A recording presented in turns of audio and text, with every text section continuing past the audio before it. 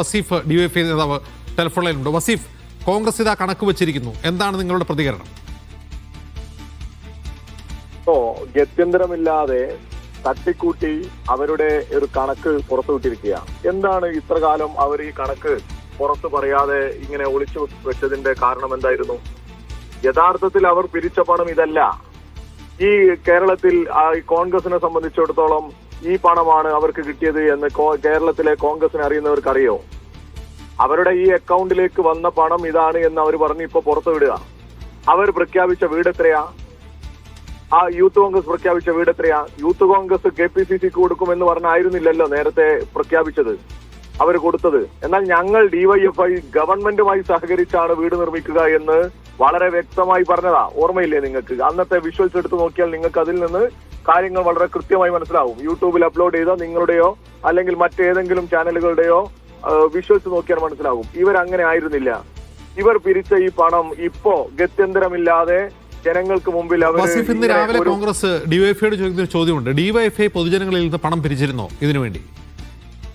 ഞങ്ങൾ കേരളത്തിലുടനീളം, നിങ്ങളും നിങ്ങളുടെ മീഡിയ വണ്ണും അതുപോലെ തന്നെ മറ്റു ചാനലുകളും ഒക്കെ റിപ്പോർട്ട് ചെയ്തിട്ടുണ്ട്.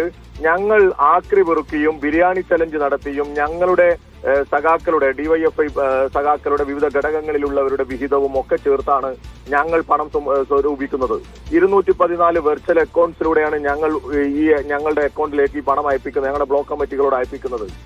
ഞങ്ങൾ അങ്ങനെയാണ് പണം സമാഹരിച്ചത്. അധ്വാനിച്ചുണ്ടാക്കുകയാണ് DYFI. അതിൽ DYFI സഖാക്കളാണ് DYFIയുടെ അവരുടെ വിവിധ കല്യാണങ്ങൾക്കോ അല്ലെങ്കിൽ പിറന്നാളുകൾക്കോ ഒക്കെ നീക്കിവെച്ച പണമൊക്കെ ഞങ്ങൾക്ക് ഞങ്ങളുടെ ഈ അക്കൗണ്ടിലൂടെ അവർ കൈമാറി തന്നിട്ടുണ്ട്. അങ്ങനെയല്ലേ ഞങ്ങൾ ഈ പണം സമാഹരിച്ചത്? കേരളത്തിൽ എത്ര ഇടങ്ങളിൽ ചെറുതും വലുതുമായ വാർത്തകൾ നിങ്ങളും ഉൾപ്പെടെ കൊടുത്തിട്ടുണ്ട്. എന്നിട്ട് ഇപ്പോ കേരളത്തിന്റെ മുമ്പിൽ ഒരു കൺഫ്യൂഷൻ ഉണ്ടാകുന്നത് പോലെ ഞങ്ങൾക്ക് എവിടുന്ന ഈ പണം? അവർ ആവർത്തിച്ച് ചോദിക്കുന്ന ചോദ്യം എന്തുകൊണ്ട് CMDRFിലേക്ക് നൽകിയില്ല, പകരം പ്രൊജക്ട് ഇംപ്ലിമെന്റ് യൂണിറ്റിന് കൊടുത്തു എന്നാണ്. അതാ അതിലും വ്യക്തതയുണ്ടല്ലോ. ഞങ്ങൾ അന്ന് പറഞ്ഞത് എന്താ? ഞങ്ങൾ ഈ ഗവൺമെന്റുമായി സഹകരിച്ച് വീട് നിർമ്മിച്ചു കൊടുക്കുന്ന ഞങ്ങൾ പറഞ്ഞത്. ഈ VD സതീശനും അതുപോലെ തന്നെ കുഞ്ഞാലിക്കുട്ടിയും ഒക്കെ ഉൾപ്പെടുന്ന ഒരു യോഗം, സർവകക്ഷി യോഗം പോലെ ഈ സ്പോൺസർമാരുടെ ഒരു യോഗം തിരുവനന്തപുരത്ത് ചീഫ് സെക്രട്ടറി വിളിച്ചിരുന്നല്ലോ. ആ യോഗത്തിൽ ഞങ്ങൾ പങ്കെടുത്തിരുന്നല്ലോ. ഈ സതീശൻ ഉൾപ്പെടെ, കുഞ്ഞാലിക്കുട്ടി ഉൾപ്പെടെ, T സിദ്ദീഖ് ഉൾപ്പെടെ പങ്കെടുത്ത യോഗമായിരുന്നല്ലോ. ആ യോഗത്തിൽ ഞങ്ങൾ പറഞ്ഞത് എന്താ? ഞങ്ങൾ പറഞ്ഞത് ഞങ്ങൾ സ്പോൺസർ ആവാൻ തയ്യാറാണെന്ന്. ഇവരൊക്കെ അത് കേട്ടാ പോയത്. ആദ്യഘട്ടത്തിൽ പറഞ്ഞ എമൗണ്ട് 30 ലക്ഷമായിരുന്നു. പിന്നീട് അത് മാറ്റി കൃത്യമായ വിവരം നിങ്ങളെ അറിയിക്കാം, നെഗോഷിയേറ്റ് ചെയ്ത് നിങ്ങളോട് പറയാം എന്നാണ് ഗവൺമെന്റ് പറഞ്ഞത്. അതെല്ലാവരും അംഗീകരിച്ചു പോകുന്നതാണ്. അങ്ങനെ സ്പോൺസർമാരാവാൻ തയ്യാറായതാണ്. അതിന്റെ അടിസ്ഥാനത്തിലാണ് ഞങ്ങളോട് പറഞ്ഞത് ടൗൺഷിപ്പ് പദ്ധതിയിലേക്ക് നിങ്ങളുടെ പണം അയക്കണം, ഒരു സ്പോൺസർ 20 ലക്ഷം രൂപ തരണം. അപ്പൊ സ്വാഭാവികമായിട്ട് ഞങ്ങൾ ടൗൺഷിപ്പ് പദ്ധതിയിലേക്കല്ലേ പണം കൊടുക്കേണ്ടത്? എന്നാൽ ഞങ്ങൾ പണം പിരിച്ച് ഞങ്ങളുടെ കയ്യിൽ ഇത്ര പണമുണ്ട് എന്ന് പറയുന്ന സമയത്ത് ഈ ടൗൺഷിപ്പ് പദ്ധതിയോ അതിന്റെ അക്കൗണ്ടോ ഒന്നും ഗവൺമെന്റിന്റെ ഭാഗത്തുനിന്ന് വന്നിട്ടില്ല.